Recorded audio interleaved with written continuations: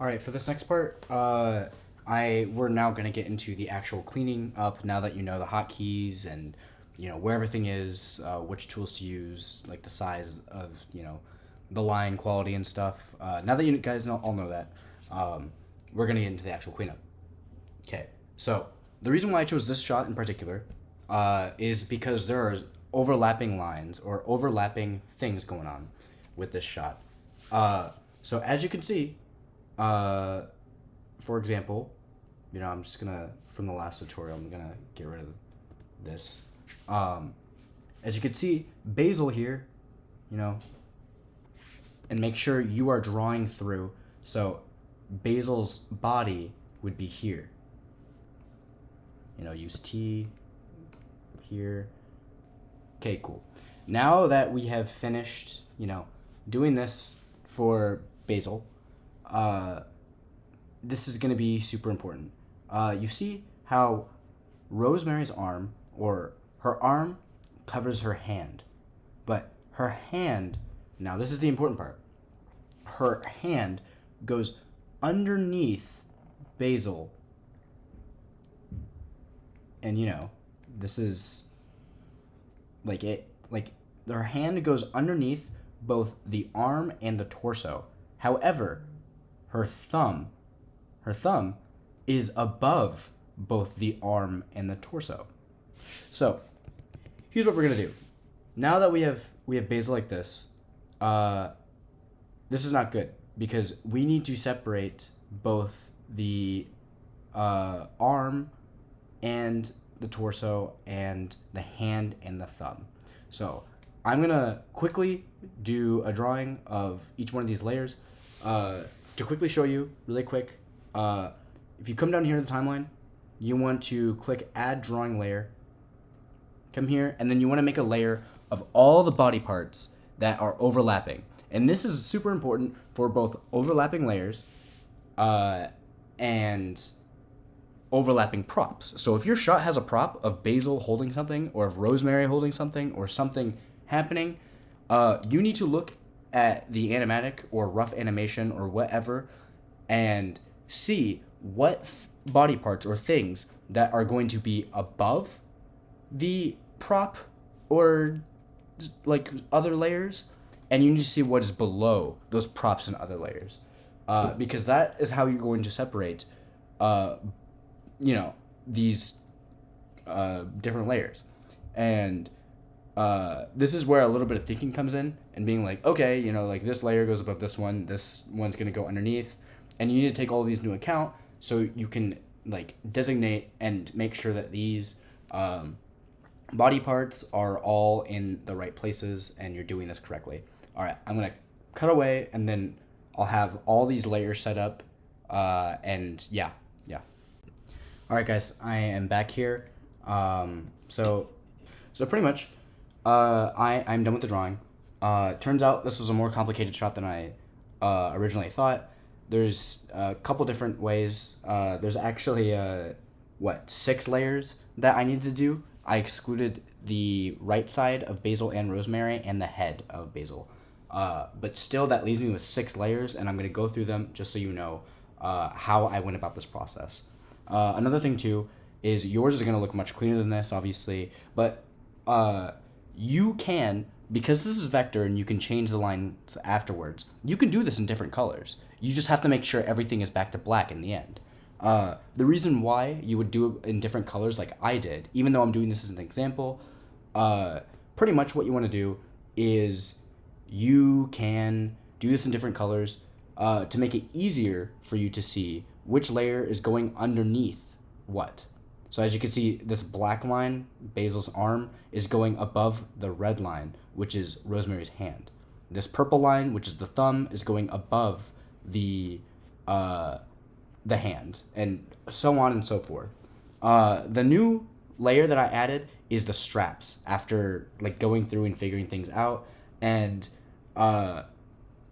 you could probably figure out why, because this strap is both underneath the thumb and it's above the arm. However, it is also it's in this weird spot where trust me, it makes sense, and this is the best workaround I could find for the straps in specific. Another thing that you should notice is that I drew through everything. Obviously, drawing through with this hand here, I didn't go through this torso because I want the hand to be above the apron. However, I want this portion to be underneath the apron. So I just went along the line and then followed it through into the hand. And the reason why I followed through with everything is because when things move, because obviously in other frames, or if I make a mistake and I need to move it over, pretty much you, if you need to move anything or slightly adjust things, because like maybe it's a slight movement of the hand or the thumb or something, you can just, select it or whatever, select the thumb, and then you can slightly, change it to whatever you want. And when you do this, like here, because I made it circular down here or ovalish, I can move this hand in a lot of different ways, and it still looks like the hand. And so when things move, it's good to be able to draw through, and you could still see that there's parts of the body underneath those. So just make sure you draw through, and if you can't draw through in some places, just be aware of everything. So anyways, I'm going to go through. So here you have, on top, you have Rosemary's left arm, because that's closest to us. We have Rosemary's left thumb, second closest to us. Doesn't really matter between these two which is on top, because they don't overlap. This order only really matters when you are overlapping stuff. You have the apron straps above the arm, above like Basil's arm, but also below the thumb and the arm. You have, obviously the arm here, and then you have the torso underneath. The reason why some of these are not closed is for reasons I'll explain later, but for the most part, you want to, or for all of it, you want to close all of these lines. You want to close them. Even if you're drawing through, you close the lines just so we are able to paint it later. And so you probably have questions about, okay, let's say for the thumb, for example, if I, here, let's go to Rosemary's left thumb. If I draw through here, like, this is gonna show up. Like, let's say I'm gonna paint. I'm going to paint this, and don't mess with the paint yet. We'll get to that in a different tutorial when it's time to paint. But Rosemary's left hand, let's just paint it red to fill it in. And now we're going to paint the thumb. So, because it's a part of the same hand, okay? See this? This is not good, because there's an obvious line going through the hand and the thumb. So you kind of need this right here to make this thumb seamlessly go in. So what you want to do is, now I'm going to talk about invisible lines. And invisible lines are super important, so this is another part of the tutorial where I'm telling you to take notes, or you're going to want to timestamp this or something, because this is super important. So obviously not good. We don't want this line here. So, I'm going to get rid of this line. Let's see. Go to the thumb. I'm going to get rid of this. Okay. So how do we go about doing invisible lines? So there's two different ways, and they're equally as easy. It just depends whatever one you want. We're going to start with making a new color for the first one. So right here, you go up over here to black, or whatever color you want to start with. Doesn't really matter. You go up to this plus sign right here, and there you go. You have a new color. You're just going to name this, You're going to name this invisible line, or whatever you want to remember that this color is specifically for invisible line. Because if I, for example, if I do this next part with any of these other colors, it'll change the drawing here. So you want to make a new color that is not connected to any of the drawings yet. Okay? So now that we have this, what we do is we just, go to the pencil tool or the line tool, whichever one you are using for this. And you just want to draw, or whoops, that's black. Right. Okay, wait, before you do anything else, now that you have the invisible line, you're going to click on it. And if your colors, like this area doesn't look like mine, you go here and you want to go to click on swatch mode. So yours will probably look like this. You want to like right click or click on the button on your Cintiq pen, click swatch mode, and this makes all the colors like easier to see. So now you're going to want to click on this, like not on the writing because it'll just do this. You want to click on the side here, double click it. You see alpha. Alpha is the transparency. So what you do is you just put it all the way to 0. Cool, right? So now, back out of it, you should see this checkered pattern on the invisible line color that you made. And now you go up here, you just draw a line. You're not going to see anything. And this is where the hotkey K comes back into play, is you can press K, and look at that. You can literally see there is a line here, right? And obviously, like, this is going to be a problem, potentially. So you just want to T that. Whoops. Yeah, T that. Maybe T this one as well. Cool. This is closed. You unclick K, or click it again, and there's no line there. It's invisible. So to do a quick test, I'm just going to quickly color this red. Look at that. Invisible. Cool. All right. Now that you know that method, there's a different way to go about this. And the other way is to, let's just say, for example, we're going to go back to, it doesn't really matter, either the pencil or the line tool. I'm just going to draw a line here. Okay? That's, it's connecting. Click K.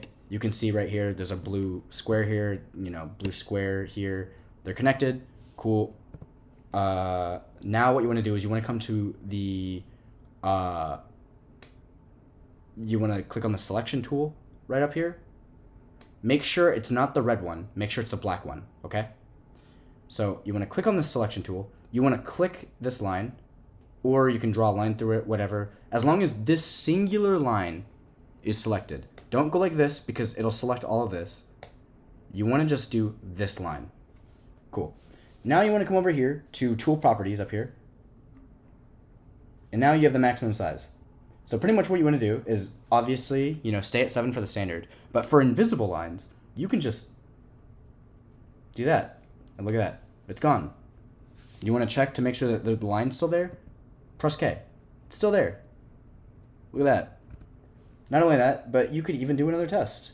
Just quickly grab the paint bucket tool, do that. Cool, it's there. Control Z. You have an invisible line there. And you want to do that with literally, like, everything that involves, like, oh, I don't want a line to be there because these are going to be the same color. So I'm going to quickly go to the apron straps. I'm going to make this blue by just doing this. I'm just going to click on the lines. There we go. So now what I want to do is, let's say for this side, I'm going to do this method. And then, select, click this, make it 0. Now it's completely connected here. And so if I color, let's, for example, do, go to the torso, color this blue, and now I'm going to go back to the apron strap. Whoops. Yep. Okay, wait. See, that's still closed, or that's still open. So I'm just gonna, just for time's sake. Like that, for example, is why you want to close it, because it wouldn't paint. And look at that. Now it is seamless. If I come here and I solo these, look at that. It is seamless. And just to prove the point, I'm going to do, the other method, just to show you. So I click on the invisible line that I made. I'm going to come through here, press K. It's there. It's connected. Cool. Now I'm going to click here. Oh God, get rid of that. And then voila, look at this. And make sure you don't leave this painted. I was just doing that to show you an example of using both methods to make that work. And then, yeah, that's pretty much how you do the invisible line methods. I hope that helps. Make sure you are drawing through. All right, guys, one last thing for the last tutorial that I just forgot to mention before. All that was for, overlapping layers and for props and stuff with overlapping layers and stuff like that. But for those of you who do not have overlapping layers and, you just have, a singular character on screen, or maybe you have two characters that aren't overlapping over each other, this is what I would do if Rosemary wasn't in the shot and it was just Basil, for example. So I'm going to get rid of this rough layer just so you can see what I'm doing. Right now I have the arms and torso together right here, and then I have the head with all these other parts that I did on top of the head and torso and stuff. But for the most part, like the main example I wanted to give is for like grouping them in like big areas. You still want to have different layers for each one. You don't want to do a whole frame in a single layer. That is awful. But you still want to break it up into really big groups of anatomy. So I chose to do the head and then group the whole torso together. That's why the arms and torso are like this, and they're all drawn through. There are no openings, so if I wanted to, I could paint. I could just fill in, and it would be done. Same with the head, and that's why I also drew through here, because, for example, this is going to cover this portion of the head. Like, this part right here is going to cover the bottom of the head down here. I just kept drawing through just so if the head needs to be moved in any way, you can just rotate it and it is still fine. Like, it's not going to cover the straps at all. So I just wanted to make that clear, that you don't have to do every single body part because it's going to take forever if you don't need to. This is probably the better way if you only have a single character, and you don't have any overlapping lines or you don't have any props that you need to use. Do it this method where you just do, the couple layers for the cleanup, just group things together as long as they make sense and as long as, you could still have some leeway with moving some stuff. So I hope that helps. And I'll be working on the other tutorials later on for moving on to Paint and, doing the PNGs for the people who haven't already done the PNG sequence, like exporting and stuff. So yeah,